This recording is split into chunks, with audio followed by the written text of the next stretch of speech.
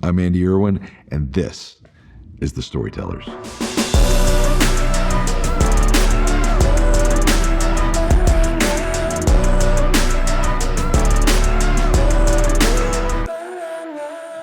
Coming up on this edition of the Storytellers, we have a treat for you. So, we focus on a lot of storytellers. We focus on people in front of the camera, or directors, or actors, or musicians, authors.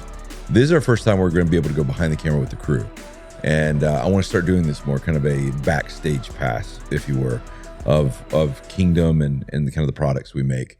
And so today's episode is my director of photography, Johnny Derango. Yes, that is his real name. I think it is. I for years, I thought it was like some sort of movie made-up name, but it's on his birth certificate. So he's got the coolest name in the business. So Johnny Derango is my director of photography. He's in charge of all the visuals for the films. And he has a fascinating story about, how he kind of stumbled into our arena and kind of really found his voice in a whole new, fresh way. So he's made amazing action films over the years, like Red Right Hand and Fatman. He has shot films for us, like Unsung Hero, and he's also done films for Mel Gibson, like the upcoming movie Flight Risk. So would you please welcome my guest, Johnny Derango. Welcome to the podcast, man.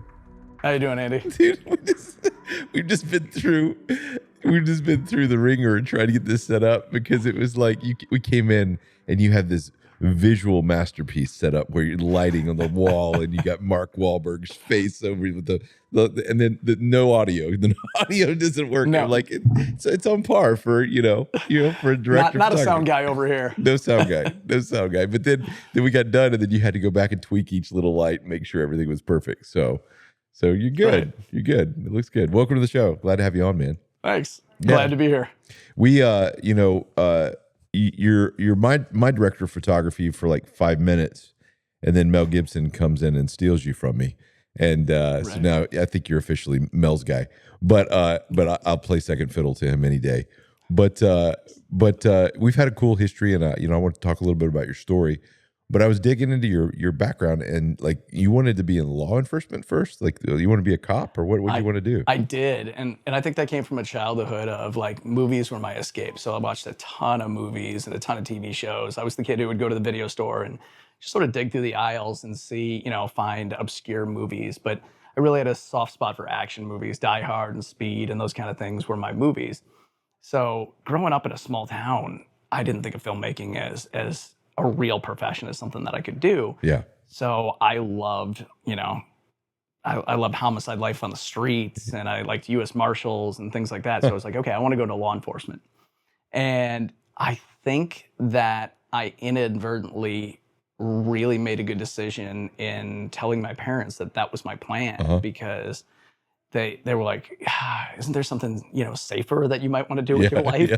And, my dad's a dentist. My mom was a nurse. Everybody has, real normal jobs. Right. And so I said, well, maybe make films. And they're like, well, you should look into that. And I was like, oh, okay, I'll give it a look. So that's exactly how I ended up in film. They wanted me to find something that would be safer for me to do. And I realized I probably am better making movies about action heroes than trying to be one myself. I love that. That's awesome. Yeah, out of that list of 90s action, like what was the first one that grabbed you? You said U.S. Marshals and Die Hard.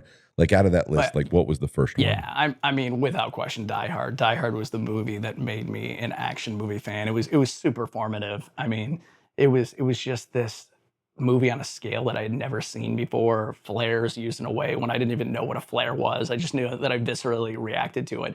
And I fell in love with Bruce Willis's performance. Yeah. He was just this everyman. He wasn't the Stallones and the Schwarzeneggers, the guys that we had seen that were super jacked and superhuman. He was a normal guy put in an extenuating circumstance that he had to overcome. That's awesome. Bruce Willis, he's a legend.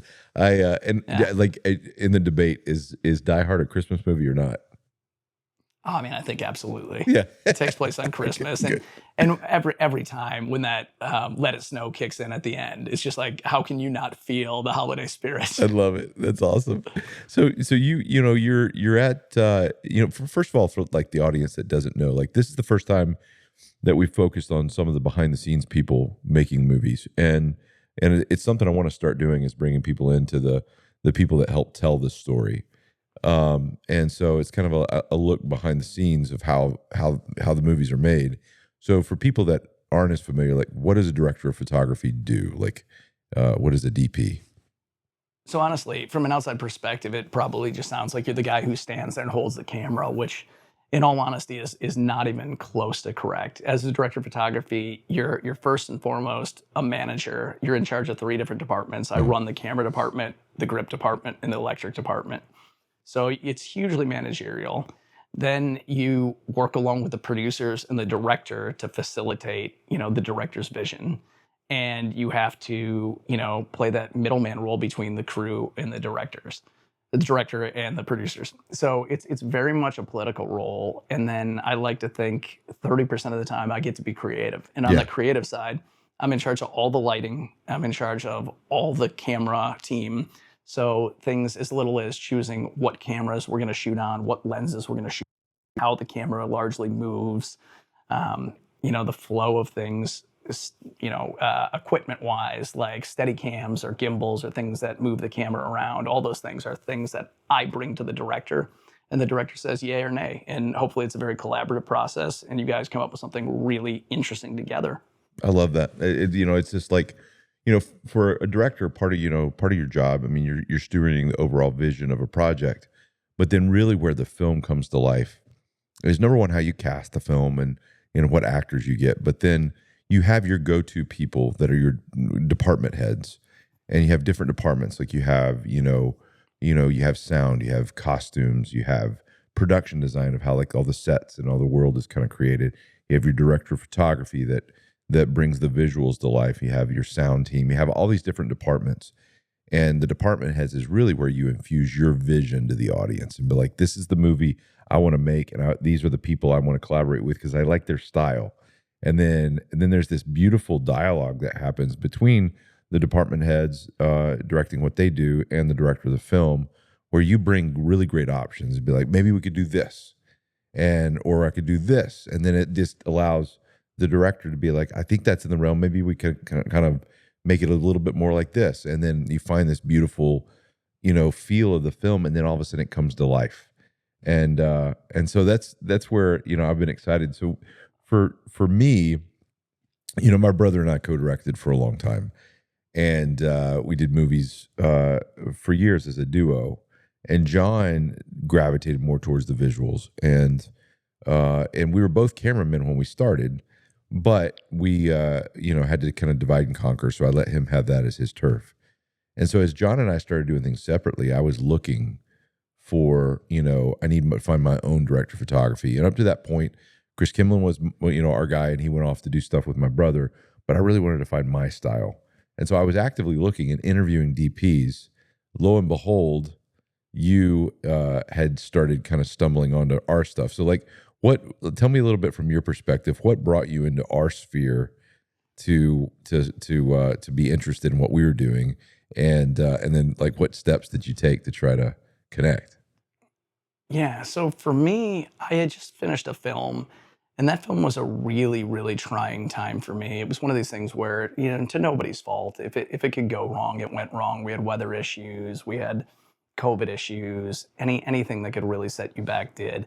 And for me, I felt like my work was sort of compromised. In the end, the film looks beautiful, Right. but it was a trying time for me. And then at the very tail end of it, the Uvalde school shooting happened in Texas, and I just made this movie that was really dark and really violent. And I'm a Christian. I mean, my faith is really important to me. And I sort of took a step back and said, am I really proud of what I'm putting out into the world? And, a family friend of mine had said a couple years ago, you should really meet the Erwin brothers. I think they're doing stuff that you would really connect to.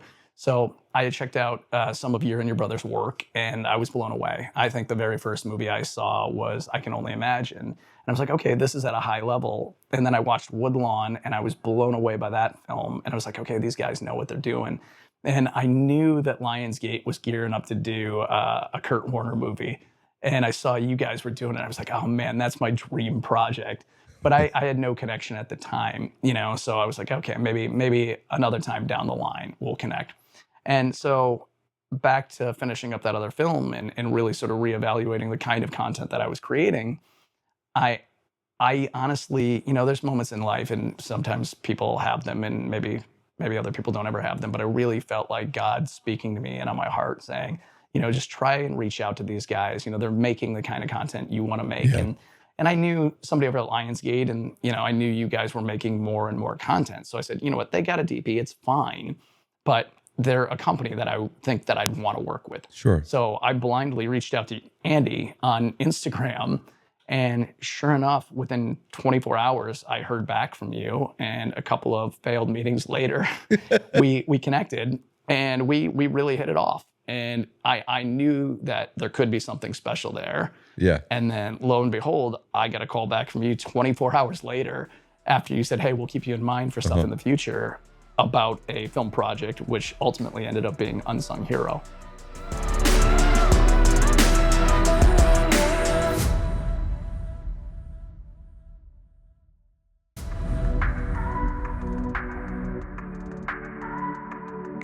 It was fascinating because I never check my social media direct messages. Like I'm not very tech savvy. I don't care about. And that day I had just sat down, and I was actively looking for a director of photography. I was interviewing people and trying to find the right guy and or the right person. And I saw your Instagram message, and you just had laid out like, hey, I want to do something that expresses my faith. I love what you guys are doing. I would love to just have a Zoom with you guys. And I said, I like this guy's approach. And then I looked up your stuff on IMDb, and I looked through your reel, and you had done a lot of these really, gritty action films, Right. but they were really well shot. And I loved the way that they looked. I loved the feel. And so I was like, I like this guy. And I think he's really talented. So like, let's go ahead and let's do a Zoom. And I didn't expect it to go anywhere. I just was like, because it was a cold call, but Right. we did the Zoom, and I was like, okay, I like the way he presents himself. I like his philosophy. I like his reel. But I didn't feel like, what are the next steps? And then the movie Unsung Hero comes along, and with Unsung Hero, Joel Smallbone directed it, first time director. And he came to me, he's like, man, I really need a really great DP. And I was like, huh. I was like, I think I might have your guy. So I called you and I said, listen, this is way below your normal budgets. This is like way, it's a much lower budget film than you normally would do. But you're not auditioning for these guys, you're auditioning for me. And if you deliver, then I think you're my guy. And you took the challenge and took on Unsung Hero. And for a little $6 million film, that film looks like $20 million. It is a good looking, gorgeously shot, lots of heart film, and love the experience. What was the experience for you making that movie? Talk to me a little bit about what it was like doing it. Yeah, so Unsung was one of the most unbelievable experiences, top to bottom. I mean, just landing on the ground and meeting Joel and Josh Walsh in person for the first time, Richie, everybody, and Justin Tolley. It was one of the most incredible groups of people that I've ever had the pleasure of working with. It's just, not only are they really, really talented at what they do, but they're good human beings. And the culture they set is unbelievable. I mean, I would have ran through a wall for those guys during that movie. There was even a day where there was a big production hiccup, and we're probably a week left in the movie, and transportation was not there because they got delayed on an overnight move.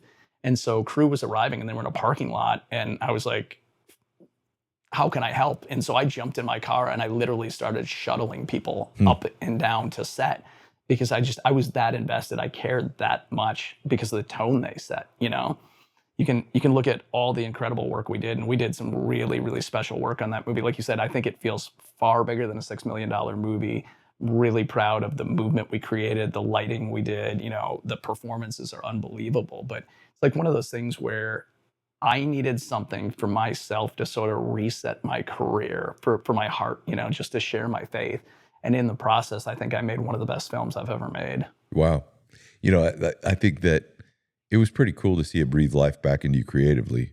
And then the other thing that I watched, and I was watching, because for people listening out there, I think it's so important to not just chase after talent, but to look for people that are culture fit, that really, enhance your culture. And I think the way you keep the right culture on a set is in the department heads you select, and having people that facilitate that within their departments, and they have the same kind of philosophies on how they treat people and how they lead, how they problem solve. And I watched you working with, a first time directing duo, one of those being a first time filmmaker, and the other one having been at his second movie, and watching how you navigated that. And I watched how you gave them options. You really spoke logic and reason there without causing drama or taking over, and really knew when to push and when to relax. And you set a tone, and then the pictures were beautiful. Like, there's several shots that are breathtaking, just in the way that they're, kind of the choreography is done. So, what did you discover about yourself on that, and what was the visual look that you were going through with that film? Yeah, again with Unsung, it was a really special movie for me in the fact that I had done the bulk of my career, I had worked with the same two directors over and over again. And those directors are very, very hands-on in their approach. One of the directors storyboards every single frame of the movie. So I have to be involved super early in the pre-pro process to get my thoughts in on it. Otherwise, it'll just get drawn, and I'm there lighting it and adding things. So this was a very different way of working for me. I came in from the beginning, and I'm super grateful that both Richie and Joel were super collaborative and open to. We probably spent an extra 2 hours every night after we worked a 12-hour day back at the Airbnb I was staying at, going through the entire movie scene by scene. And that really, truly allowed us to create a flow visually and an arc lighting wise. And you don't always get that. Sometimes collaborators, they don't want to be involved in the process, and they say, hey, you're the director of photography, you figure it out. I've been in that situation. Wow. Been in the situation like with the Nelms brothers, where they're very, very hands-on. So as a DP, the hardest thing to do is to step into a project, and you have to really quickly suss out what kind of director you're working with, how far you push things, when you give suggestions, when you don't give suggestions, and every director is different. So with Joel and Richie, I felt this collaborative spirit. Joel has very definitive ideas, and if you listen, Richie will come through with some of the best ideas ever. They're not thrown constantly like the way Joel does.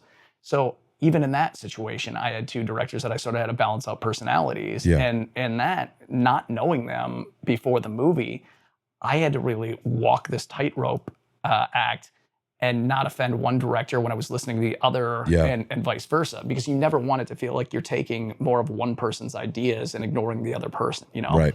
And in that, they both had great ideas. It was just with how often they would bring them to me and what was important to them. Like there's a shot in that movie that was super important to Richie. It's a oneer where Joel smashes the fax machine, and we follow Kira Lee out to the front door.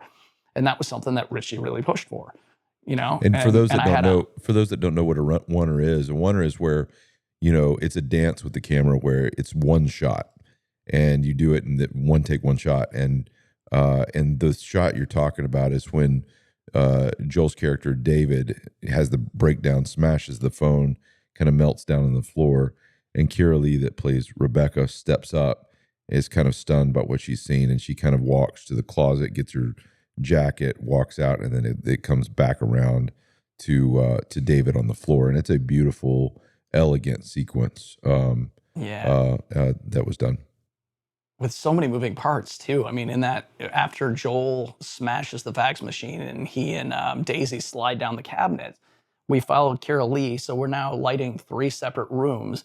We come back to that hallway and we push back in on Joel and Daisy, and what you don't see is they've had to slide over 4 feet to line up with the doorway.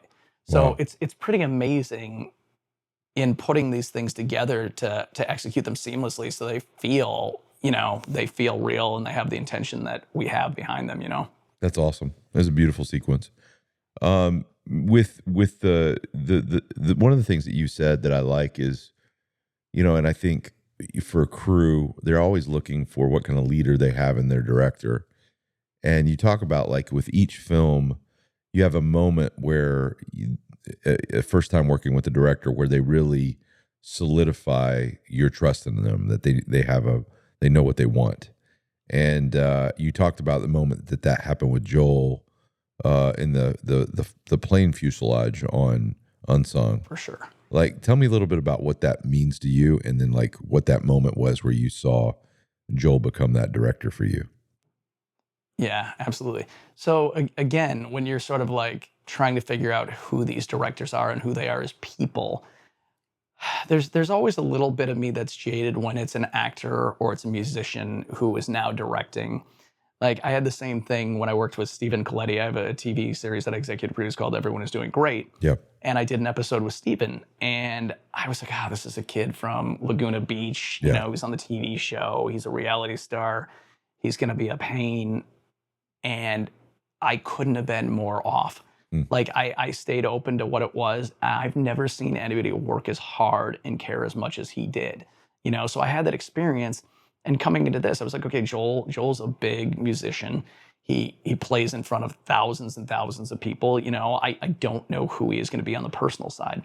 And there was a day where we were shooting in an airplane fuselage. We had this airplane fuselage that comes out on a semi-trailer, bust out from LA to Louisville, Kentucky. The thing folds open and they have to build it with all this trussing supporting it. And we went to look at it the day before we were shooting. And the way it sets up, the galley was in the back of the airplane. And I was like, man, Joel, this would be so much better if the galley was up front. And we pushed in over the flight attendant. We came in, we wrapped down in the characters, and we went to the window. I just think it would be a beautiful shot. He's like, that's great. He's like, we need the galley up front. So he says to the guys who are assembling it, we need the galley up front. And they're like, no, it can't be done. This only goes together one way, and we can't do it. There's going to be gaps and holes and yada, yada, yada. And Joel looked at it, and he just stood there for a second. He looked up at it, and he shook his head. He goes, no, that's not true. He said, I've been around stage stuff my entire life. It's simple trussing. We just move this here, and this here, and it'll work. And the guys kind of stood back and they folded their arms like, who are you to tell us this? And Joel was like, no, trust me. I promise. And so Joel hopped up on the rig. He climbed up onto this airplane fuselage. He's standing on top of the trussing and he's moving stuff around. And he just, in that moment, being the first person to step in, jump in and say, this can be done. And I'm going to show you, I'm willing to get my hands dirty. Everybody followed his lead. And 45 minutes later, the galley was in the right spot. The shot was set. There was maybe a little bit of gap in the set, but it was hideable from the way our camera angles were. And it just worked out so well. But like, to see him not just sit back and say, okay, yeah, you guys are right. But to roll up his sleeves and say, no, I'm going to lead by example and let's do this. That's cool. And he did. And I mean, he had already won me over in a lot of ways, but that moment just meant a lot to me because you can't lead from behind. And he was out front leading the charge. Yeah, there's a picture that I have on my wall at the office that of when Mel was doing Apocalypto, and they had he was leading actors across this stream of water, and he's out in front of the camera wading across the whitewater rapids, waist deep in the water. And I was like, that's directing. Right. That's amazing. And when you can do that authentically and not just for bravado, there's something that really wins over the heart of the crew. And so that's cool. I always love it about what you would share about that. For you, at the end of it, like, how did the experience on Unsung change you from coming into it where you were at, where, you were really ready to throw in the towel, and then coming out of it? Like, how did the experience change you? It was interesting because I went in wholly and completely broken. I didn't even know if I wanted to make another movie after the prior movie. And I said, you know what, it's okay. I can make a living shooting commercials. I can do corporate stuff. Features is where my heart was at one point. But if this is what it's like, I don't really want to do it anymore. And God opened a door for me. I remember after we talked, and then I had my meeting, the Zoom meeting with Joel and Richie and Justin Tolley, that I went to church that Sunday, and the message was on Jonah. And it was like, are you going to go to Tarshish or are you going to go to Nineveh? And I very clearly knew where God was trying to send me. And at that point, it would have been on me if I ran the other direction. Wow. So committing to that and doing that, I knew it was very spirit-led, you know? I mean, that's all I can say. And it ended up truly being one of the best experiences of my career. It opened me to new filmmakers who were doing the kind of things that I wanted to do. And I sat in Unsung with so many audiences and saw how it touched people, whether you have faith or not. There was something in that. You know, I have a friend who I believe he's Hindu. We go to church with his wife. No, he's Buddhist. But he comes from a family of immigrants, and this dude is hard. Yeah. And he broke down crying in the movie, you know, because everybody can find something to connect to in that movie. You know, we all go through hardships. We all just try to do our best in life. And I think that's what the Small Bones embodied, you know, just trying to be good people and doing the right thing. Yeah. And, you know, they were blessed.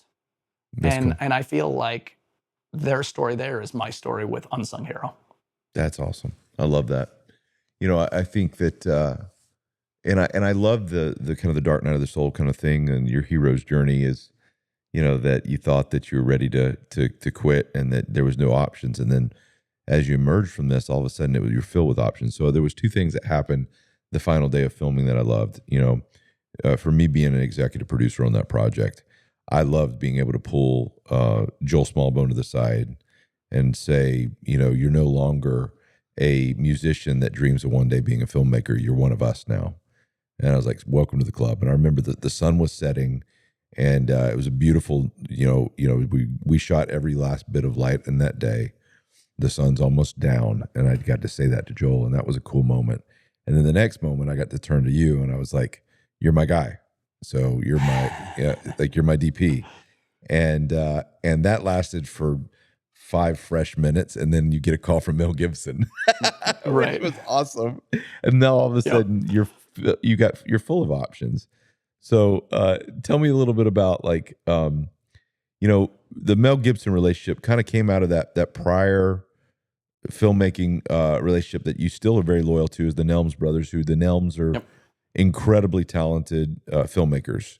They do these Saban action films that are just like fantastic.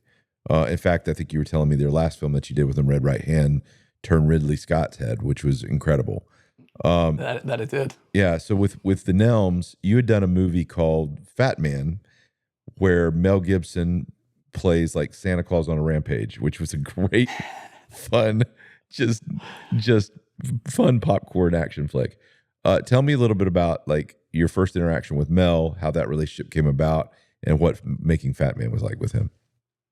Yeah, meeting Mel was really, really cool, because if I jump back to right before Apocalypto was released, my sister-in-law actually worked for him for about 6 years over at Icon. Huh. And so I was fortunate enough to go to the cast and crew screening of Apocalypto. Yeah. And I shook his hand out on the street in front of the theater in Westwood, and I was like, oh man, I just met Mel Gibson. Like, I'll never work with a guy like that, but it was incredible, right? So, fast forward years and years and years later, I get the call from the Nelms brothers, who I'd done 3 movies with at that point. And they had asked me to do Fatman, and they told me Mel was starring. And I was ecstatic, because he's somebody that I've always wanted to work with, who I have a lot of respect for. Yeah. And I'll never forget, in 22 years of doing this, I've done exactly 1 hair and makeup test, which shows you how productions have cut back on, the importance of that.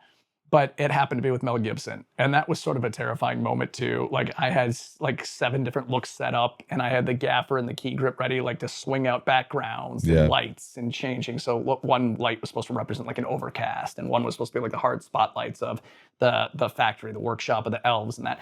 So I did that. But in that moment, when I first met him, I told him that, my sister-in-law worked for him for, years, and everybody I know had great things to say about him. And, we had an instant connection, I think. And then as the movie went along, we just really connected and, had a nice banter back and forth. Yeah. And I thought he liked my work. He had asked me to send him a still from the dailies one day because he really liked it and wanted to send it to his son.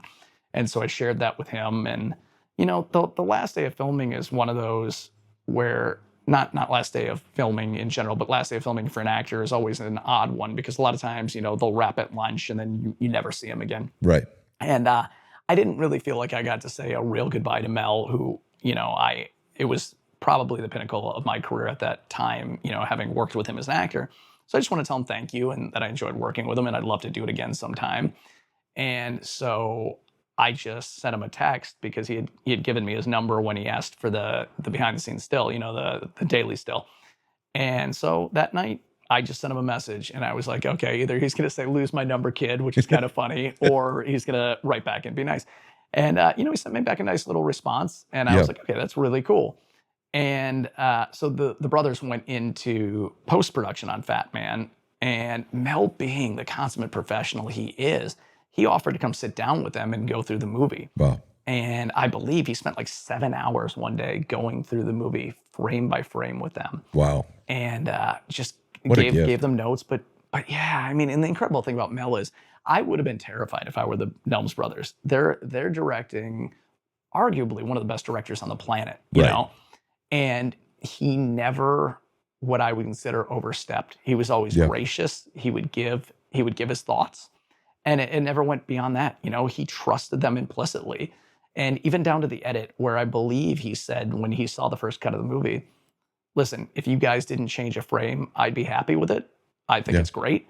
But here's little tweaks that I think might be helpful. Take them or leave them. And they said, absolutely, come over. He did the same thing with, I'm really good friends with David Henry, and he just did a movie called Monster Summer with David that David directed. Yep. And he did the same thing with David, where he spent like a couple of different Saturdays just in the edit suite, really fine tuning the film and speaking into it. And like, he cares. It was pretty amazing. And it was always from the standpoint of collaboration, not control. And 100%. It's pretty amazing that he did that on that movie. So that's really cool.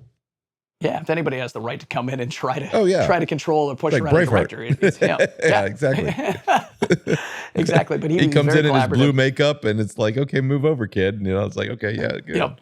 But he does it. And I may have said something to him in that text about, I would love to talk to him about The Passion too, which is punching way above my weight.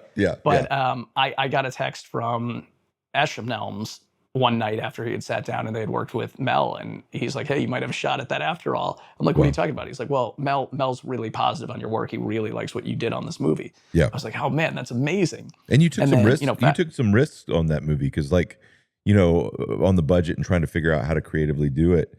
You had these two worlds of this Walton Goggins character that is kind of this kind of slick, kind of spy character. There's this kid that grew up that resented Santa Claus. And then you have the North Pole with Mel, and you shot them two totally different stylistic ways. And one to kind of look like, anamorphic, and one that looked very kind of gritty and real. And the two juxtaposition, it works for the narrative. And it was really cool and inventive without drawing needless attention to itself. Right. Yeah. I mean, for me as a director of photography, serving the story is always the most important thing. And figuring out visual arcs for the characters is a big one. And in that one, like you said, I lit Mel and Marianne, who plays Mrs. Claus, and everybody at the North Pole in a way that was way more classic. It was like your classic Hollywood sort of wrapping light. It was very beautiful. And when I lit Walton, I hit him as harsh as I could from angles they're not as soft. So I sort of went diametrically opposed on the lighting with them.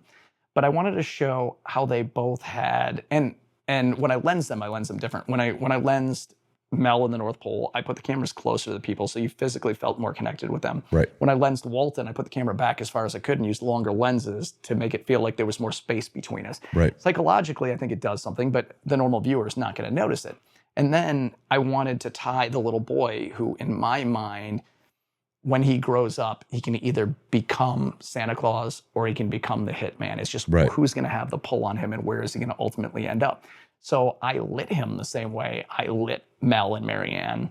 and I lensed him the same way I lensed Walton. That's cool. So that you had these two forces pulling on you. That was cool. And I think it paid off. It did. It was beautiful, and in fact, that was one of the films that made me take the Zoom meeting with you. As I went and looked at that and saw specifically, I just loved the way that you shot and lit the North Pole. I just thought it was really, really interesting and textured, had grit to it, and felt very human. And it felt like the style that I would have leaned towards with you and the stories I like to tell. And so it was pretty amazing. So Mel, he likes your stuff. And then Yep. Mel's girlfriend is a girl named Rose, and Rose is a filmmaker herself, and she was a first-time filmmaker and doing a movie called Father Stu with Mark Wahlberg, and they brought you in to do some reshoots on that. Is that kind of the next step that happened with Mel? Yeah, it was really interesting. I got a call one day. It was during COVID. It was probably 2021, and towards the tail end when people really, really focused on COVID and testing. And she had a director of photography who was supposed to do the additional photography, and they woke up with a fever, and there was no way they were letting them anywhere near set. So I get a call on a Tuesday morning at like 10 a.m. from Mel saying, "Hey, got this project. Wanted to see if you were interested in it. We could use your help. Can you do it?" And I was in Des Moines, Iowa, visiting family. And at 2 p.m. that afternoon, I remember I went to Walmart and I bought a pair of jeans. And I hopped on a flight from Des Moines, Iowa to Butte, Montana, or to Bozeman, Montana. And then by 6 p.m. that evening, I was in Butte, Montana, meeting the producers and Rose. And the next day in the morning by 6 a.m., I was on a tech scout. And by 5 p.m. that evening, I was shooting. So it was crazy. It was like being shot out of a cannon. That's amazing. And you stuck to land.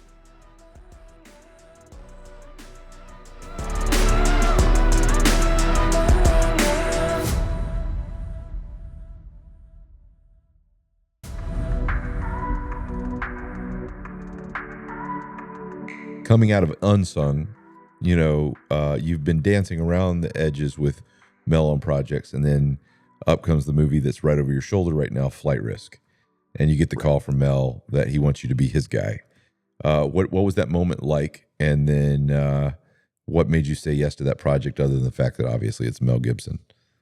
Yeah, I mean, I'll never forget the moment because it was interesting. Mel had talked to me about that project during the pandemic, and I had talked to him about shooting on LED volumes, and neither one of us were super familiar with LED volumes.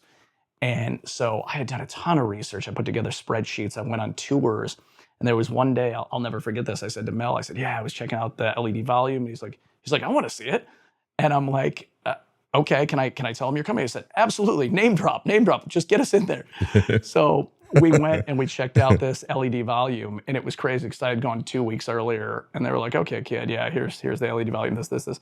Then I show up 2 weeks later with Mel, and I saw the guys like hand shaking on the iPad as he was showing us the technology. I'm like, That's awesome. It's amazing what rolling around with Mel will do for your credit. That's incredible. But, and then for those that don't know, the volume stage, the LED volume stage is like the virtual sets, kind of like Mandalorian uses, where you're able to fully create a fully immersive environment on digital screens that make it look like you're in the environment you're shooting.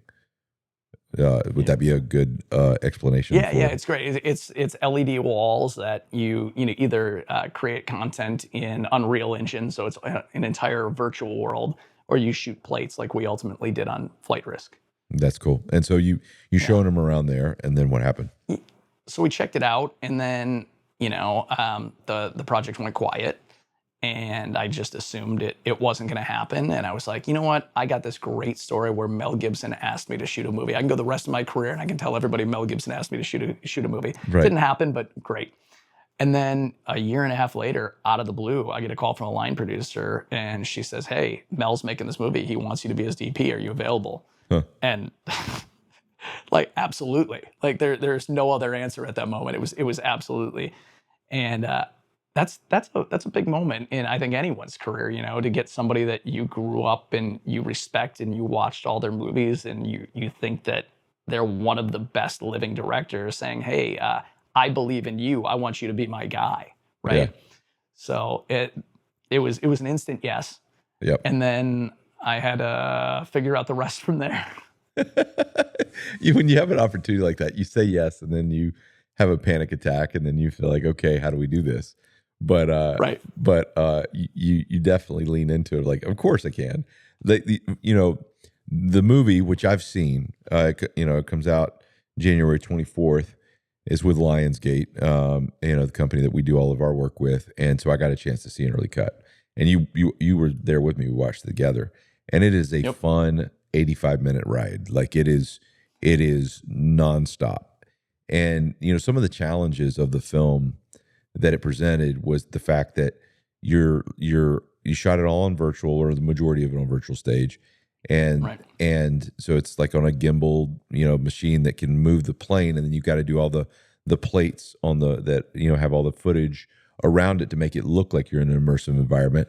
And then you're locked on a plane for the majority of like 75 minutes of the movie in practically real time. And with these three great actors doing this dance between the three of them, where Air Marshal is airlifting this bad guy that's going to testify from Alaska, and the bush pilot turns out not to be the bush pilot, turns out to be the most unhinged version of Mark Wahlberg you can ever imagine. And it is a wild 75-minute ride on the plane. What challenges did it present to film that? And how did you keep it so interesting in the way that you move the camera and let that film develop? Because it's fascinating how you shot it. Yeah, it's interesting. So when you read it on paper, you go, oh, this is easy. We're in one location, there's no location moves for the most part. You're in an airplane. This is great. And then you really start to think about it and you go, oh my God, that's really boring. Like, how do we keep this alive for an hour and a half? And you got to get really creative. I mean, the first component to it was figuring out how we were going to do it. Like, it just didn't, Mel and I had watched another movie together, and most of it took place in a plane like this. And Mel hated it. He's like, it feels so fake. I don't buy any of it. I don't want to do this. And I'm like, yeah, I think it's the blue screen and the green screen. It just doesn't feel real. I'm like, I really think we should continue to explore the volume like we had originally talked about. So that's what we looked into. And once we settled in on that being our approach, we surrounded ourselves with some of the best people in the industry. Our pre-production and production visual effects supervisor, Michael Ralla, is absolutely incredible. He really helped shepherd me through the process, and we learned things together. He had really pushed me to shoot anamorphic lenses, because with a volume, if you focus too close to the screen itself, you get moiraying. And for anybody who doesn't know what moiraying is, it's like that rainbow pattern that kind of flashes. And it's just so distracting. It's not anything you ever want. And if you're getting that on a sky, people will instantly tell that it's not real, right? So you got to be careful. So with anamorphic lenses, the focus falls off faster. So it's much easier to control the wall being in or out of focus. Yeah. What I think Michael didn't take into consideration was how close we would be to actors in the airplane in minimal focus. Now, anamorphic lenses, because of the way the elements are designed, generally do not focus as closely, right? Yeah. So if I have to be this close to an actor with an anamorphic lens, there's a chance that I'm never going to even be able to get them in focus, right? Whereas with a spherical lens, the elements line up a bit differently, and you can generally get focus closer. Yeah. So, and the other thing is with anamorphic lenses, a lot of times you'll get, when you're more open, which means your aperture is letting in more light, towards the ends, towards the outsides, you'll start to get like fall off, or it'll look fuzzy, or it'll look darker. Yeah. And when you're in an airplane staring down with three people at most times in your shot, if I was shooting anamorphic and I was open, people on the ends would be distorted or falling off. Sure. And I'm just like, Michael, it's not a good idea. He said, well, there's these new Ukrainian anamorphics that I think you should check out and see. So I said, all right, man, I'm open to it. Let's go down. Yeah. So like a champ, he and I went down together and we shot tests, and I showed him the spherical lenses I was looking at versus the anamorphic lenses that he was pitching. And he agreed that, there's going to be no problem with the spherical, and they solve my, aberration around the edge issues. And they also solve my close focus issue. Yeah. So we ultimately shot it spherical. Yep. So it's 20 plus years of experience and knowing what works on a technical side, and then trying to couple that with the visual, the artistic side of using this new tool in the volume that most people have never shot on. You know, it was my first full-blown feature shooting anything on it, you know? Yeah. So I had to learn as much as possible. And you're talking about, you're dropping an airplane on a 10 to 12 foot gimbal, fully hydraulic articulating gimbal. And so now your plane, eye level, can be 12 to 15 feet off the ground. Right. So we had to put this fake airplane in a CAD drawing on the fake gimbal, put a camera in there and move it around and look at the angles to see when we would look off the screen. And ultimately, thanks to our production designer, David Meyer, that's how we figured out how big the screen would need to be and how many degrees it would need to be. Ultimately, we ended up at a 33-foot high volume that was 65 feet deep by 65 feet wide and 270 degrees. Wow. That's incredible. Yeah. That's incredible. Yeah. It's funny, you know, when I talk to Mel about you, he lights up. He's like, Johnny Derango. He's like, I like that guy. I really like that guy. He's like, he cares a lot. Maybe he cares a little too much. Kid needs to chill out a little bit. He needs to relax. He's like, he's not wrong. And so the fact of how much thought you put into that, you know, is always amazing that you care so much. And I do appreciate that about you. You know, you talk about every director when their moment where they win you over. What was the moment on this one, working with Mel, where he fully won you over? Yeah, I mean, first of all, Mel doesn't need to win me over. I mean, Mel's a legend. So, but on the human level and on the level of, it was very much like Joel. We were shooting our first day, and we were out on this runway in Bishop, California. And I had these whacker towers, which are like construction lights with a big generator base. Right. And then they go up and they have like 4 lights on them. You see them on roadside work all the time. Sure. So we were lighting the runway with that to make it look like an emergency situation where they'd roll them out to help, you know, direct the plane in. So they're on the runway. And when the plane is coming in, I want the lights backlighting the plane and facing us, right? Yeah. So we shoot everything this direction. And then halfway through, and what I neglected to tell you is, our shooting window for this was about 2 hours because the way the movie's constructed, the plane takes off during the day. It's in the air for probably 90 minutes, but it's the tail end of the day when you hit like more like golden hour, then you hit the tail end of the blue hour, and then you hit night, right? Yeah, exactly. So Mel really definitively wanted that last sequence on the runway to take place at night. I think he wanted to have the juxtaposition of taking off in the day and then landing at night. Right. So on a film of this budget, right, because it was not an enormous budget by any stretch of the imagination. Yeah, you shot it like 22 days. 24 principal, and then I think like 6 of plates and runway stuff. So what we needed to do was we needed to see that plane coming in, right? You're filming from a helicopter, you're filming this plane coming in. And if you shoot it at night, you're not going to see anything. You know, you're not going to see the plane until it's directly in line with the lights, and it's just, it's not going to work. You're not going to see anything on approach.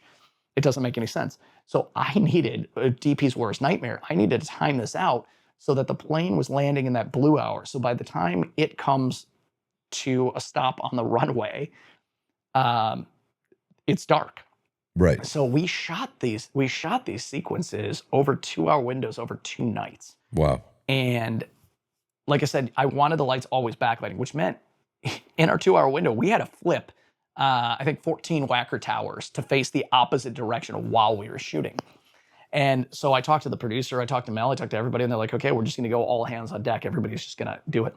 And the second we called cut to turn those towers, Mel leapt out of the back end of this box truck. Wow. And at the time, he had an issue with his foot. So he was not moving at normal Mel speed. And man, I think that guy got 3 towers turned around on his own. Wow. It was incredible. I mean, incredible. Just the hustle. Like that's incredible. He's absolutely a filmmaker. I mean, he cares and he loves it and it's important to him. And he, just like Joel, wanted to make the best movie possible, and he was going to lead by example. That's amazing. That's amazing. That's chills. That's so good. Yeah. The other thing with the movie was working with Mark Wahlberg, you know, as this unhinged kind of hitman, and he is like fantastic in this. It's so over the top, his performance, but in the best sense of the word, and he's just a bad guy that just fully goes all out. And so with this, and I didn't know if it was going to be a spoiler, but they showed it in the trailer. his hair was like brilliant, like risky but brilliant. And when I saw it in the movie, when the moment happens in the movie, like I spit my drink out because I was just laughing so hard, because it was such a great moment. What was the tone on set like amongst the crew when like Wahlberg's marching in like with this bald look? It was amazing. I don't remember the exact reaction to everybody, but I do remember when Mel posed it to me. He said, "Hey, Mark wants to shave his head," and he goes, "I think he's serious." and I'm like, "Well, what do you think about it?" He's like, "I think it's great." And so they together made that decision, and I think it was amazing because when you watch him, it takes Mark Wahlberg out of the movie and it Yeah. leaves you with this very Jack Nicholson shining type Yes. character It is very much that. who's just really he's gross and he's scary, and it's Mark Wahlberg in a way that you haven't seen him since Fear, and Yeah. even that on steroids. Yeah. Yeah. It's great. It's great. And But a side note though, to the shaving of the hair, probably my favorite part about that was there's a guy by the name of Cowboy who's been a stand-in since Three Kings. yeah.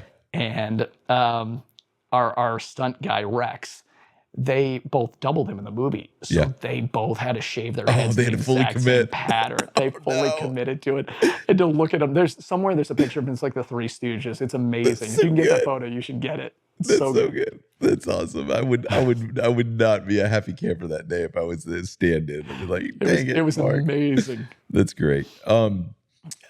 With the other side of that component is Michelle Dockery in this film is fantastic. She's so good, and there's one moment where she just goes through this gamut of emotions, and you just hold the shot. What was it like working with Michelle? Yeah, Michelle was absolutely amazing. I had seen her in Guy Ritchie's The Gentleman, Yeah, and thought she was really amazing. And I talked to a lot of people who had obviously watched Downton Abbey, which I had never seen. So I wasn't super familiar with her work. So working with her was an absolute treat because she's just absolutely incredible. And the scene you're talking about, there's moments when you sit behind a monitor and you go, wow. yeah, And watching her run through the gamut of emotions in that one 2-minute scene, I think it is, like what she goes through, how much of it is in her eyes is just it's unreal. I mean, yeah, she's super talented. She's yeah. sweet as can be in real life, and I'd work with her again in a heartbeat if given the opportunity. That's awesome. It's in theaters January 24th. It's a fantastic ride. It feels like 90s throwback. It's so good.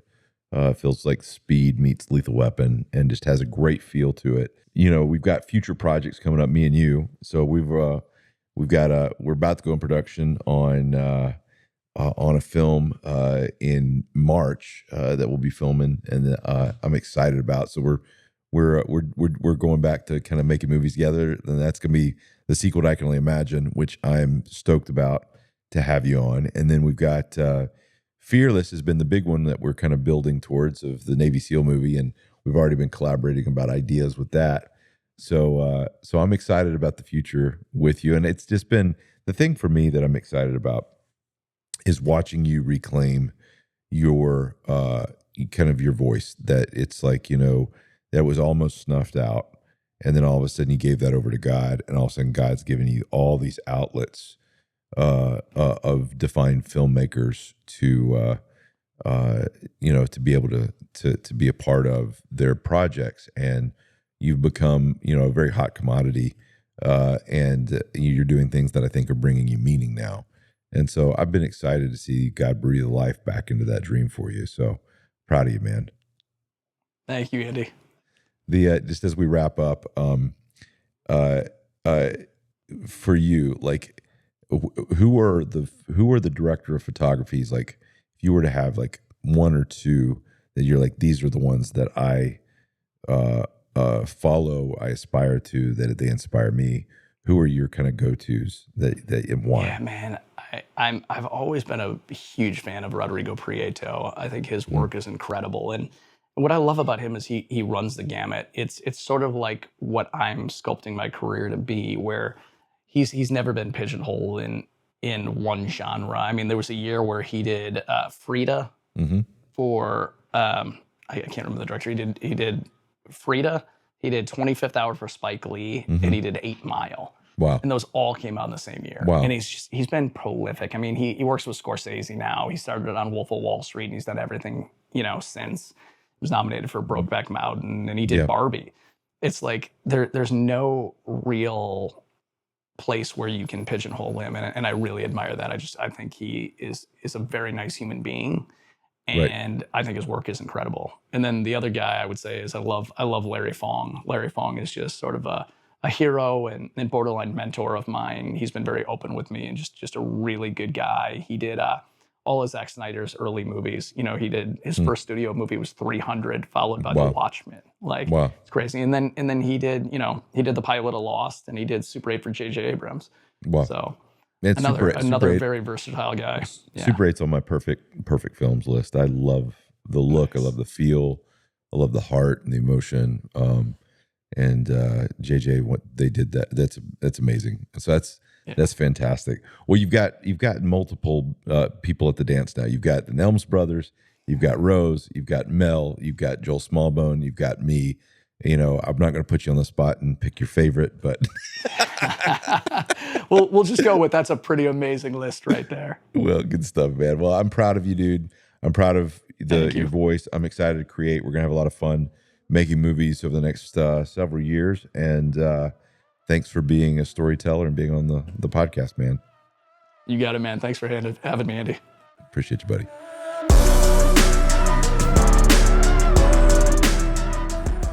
So that's our show today. I want to thank Johnny. What an amazing guest. I love his heart. The thing I love about Johnny was just him listening to that idea of, which direction do you want to go? And I think a lot of times our careers are a series of choices, and we can go to the left or the right. And there's just these moments where God clearly directs and is like, hey, I'm not done with you yet. Go this way. And him writing that, taking that risk and writing that message to me on social media that led to an interview. And then all of a sudden, he's shooting Unsung Hero for us. And then the amazing things that have come about because of it. And just him finding his voice in a whole new, fresh way. And it just came down to a choice. And he chose to take the unconventional route. And God has opened up amazing doors. So just for those of you listening, don't give up. Just pay attention to that still small voice of what you're supposed to do. And just watch God do amazing things through your stories. So that's our show for today. Thanks for joining us for The Storytellers. We'll see you on the next edition. The Storytellers is a Kingdom Story Company production. It is produced by Nick Carey, with production assistance from Ben and Justin Bailey, and creative assistance from Jaron Weatherly and Beach Approach. Our executive producers are Kevin Downs and Brandon Gregory. Social media for the show is run by the Troops and Allies team, and our music is Twisted Rooster by Tommy Prophet. Special thanks to our entire team at Kingdom Story Company. To make sure that you never miss out on any of our exciting guests, subscribe to The Storytellers for free on YouTube at Kingdom Story Company or wherever you listen to podcasts. For exclusive first looks at our upcoming films, behind-the-scenes content, and invitations to advanced screenings, join the conversation as a Kingdom Insider at KingdomStoryCompany.com and follow us at Kingdom Story Company across all platforms. As always, thanks for joining Andrew Erwin and his friends on The Storytellers.